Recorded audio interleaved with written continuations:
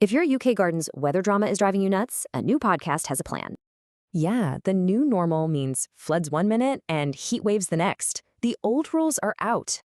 It's just so frustrating, right? All that hard work can vanish in a flash. Well, a new podcast called Resilient Gardens is here to tackle this exact problem. So, who's your guide? Meet Graham Farrer. He's a pro with a totally new take. And he's got the experience to back it up. We're talking over 40 years in the dirt. He's all about permaculture, which means using smart solutions that work with nature. And that's his whole mission, helping you work with nature instead of constantly fighting it. So what's his big solution? It's a super simple weekly 1-2-3 action plan. That's one big project, 2 quick wins, and 3 tough new plants to add each week.